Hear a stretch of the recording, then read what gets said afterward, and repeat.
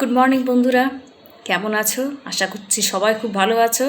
তোমাদের আশীর্বাদে আমিও খুব ভালো আছি। তো আজকে আমি নিয়ে এসেছি, আমি ভাবছি একটা লাউ শাক দিয়ে একটা রান্না করব, রেসিপি বানাবো। আর আরেকটা হচ্ছে এই কচুর দিয়ে একটা বানাবো, কচুর ডগাগুলো দিয়ে একটা রেসিপি বানাবো। তো সকালে যতই ব্যস্ততা থাক তার মধ্যেও এই কাজগুলো করতে খুব ভালোই লাগে। আর সকালে যদি সবুজ এই দেখো লাউ শাক বা কচু শাক থাকে তাহলে তো কোনো কথাই নেই। তো সকালে আমি কেটে নিয়েছি, বেশ কিছুটা কচু শাক কেটে নিয়েছি, আরও কিছুটা আমি কেটে নেব। তো ভিডিওটা পুরো প্রথম থেকে শেষ অবধি দেখো, দেখে যদি ভালো লাগে তাহলে অবশ্যই লাইক, শেয়ার, সাবস্ক্রাইব করে দেবে আর আমার পাশে থাকবে। তো চলো শুরু করা যাক কাটাকাটি। তো আমি রবিবার দিন আমাদের এখানে বাজার বেশ ভালোই বসে, হাট অনেক বড়। তো সেখান থেকে এই কচু যে ডগা এগুলো কিনে নিয়ে এসেছি। তবে এর মধ্যে একটা দেখছি গন্ধ ছাড়ছে, হালকা একটা বুনো। আমি কখনো খুব বেশি করিনি, তাই জন্য আমি বুঝতে পারছি না এটা কতটা খাওয়াটা, জানি না গলা চুলকোবে না না খেলে তো বুঝতে পারবো না। তো আমি এখানে নিয়ে নিয়েছি, এই ছাড়িয়ে নিয়েছি এগুলো পরিষ্কার করে। দেখো এক থালা কচু এগুলো আমি ছাড়িয়ে নিয়েছি এক থালা। এখানে নিয়ে নিয়েছি আমি জল, এর মধ্যে আমি এগুলো ঢেলে দেবো। তো কচুগুলো এখানে ভালো করে আমি ধুয়ে রান্নাটা বসাবো। আর এখানে নিয়ে নিয়েছি লাউ শাক। তো লাউ শাক দিয়ে তোমাদের কীভাবে খেতে ভালো লাগে? লাউ শাক না আলু দিয়ে, না চিংড়ি মাছ দিয়ে, না মাছের মাথা দিয়ে, না শুকনো লঙ্কা দিয়ে, কালো জিরে দিয়ে লাউ শাক বাটাটা তোমরা ভালোবাসো খেতে, সেটা কমেন্টে লিখে জানাও।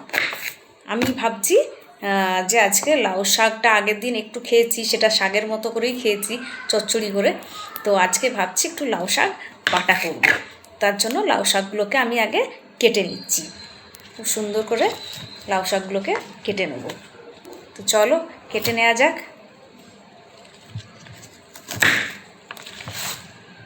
তোমরা আজকে কী কী করলে আমাকে লিখে কমেন্ট বক্সে জানাও। তো বাটা করার জন্য তো খুব বেশি ছোট করার দরকার নেই, পিস করে একটু ছোট ছোট করলেই হবে, খুব ছোট করার দরকার নেই, কারণ এগুলো তো সব রান্নাতে দিলেই পাতা জাতীয় জিনিস একদম কমে যায়।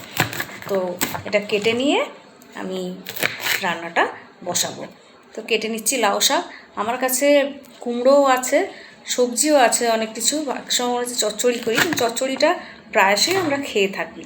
আজকে শুধু পাতাগুলোই নিয়ে নেবো এখান থেকে, ডাঁটাগুলো দেবো না। ডাঁটাগুলো পরে ডাল দিয়ে, লাউয়ের ডাঁটা দিয়ে একটা তরকারি বানাবো। আমরা সজনে ডাঁটা প্রচুর পাই, তো লাউয়ের ডাঁটা দিয়ে একটা সবজি বানাবো। তো দেখো এখানে কেটে নিয়েছি অনেকটা পরিমাণে লাউয়ের শাক। তো চলো এবার যাই রান্নাঘরে, গিয়ে তোমাদের রান্নাটা দেখাই। চলো।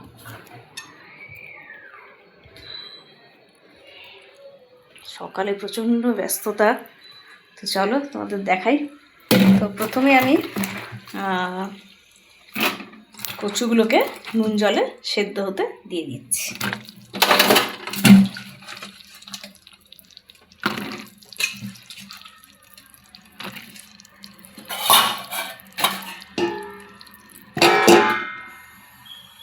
কচুগুলো সেদ্ধ হতে থাক।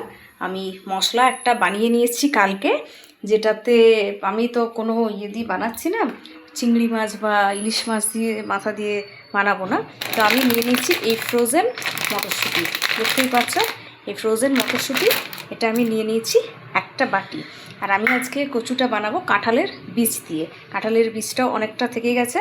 আর মিক্সারে আমি বেশ কিছুটা এখানে আর দেবো, আমি দিচ্ছি না ছোলা, তো আমি দিচ্ছি মটরশুঁটি আর কাঁঠালের বীজ। আর এখানে করে নিয়েছি পেঁয়াজ, রসুন, কাঁচা লঙ্কা, শুকনো লঙ্কা কিছুটা আছে, আর আছে নারকেল।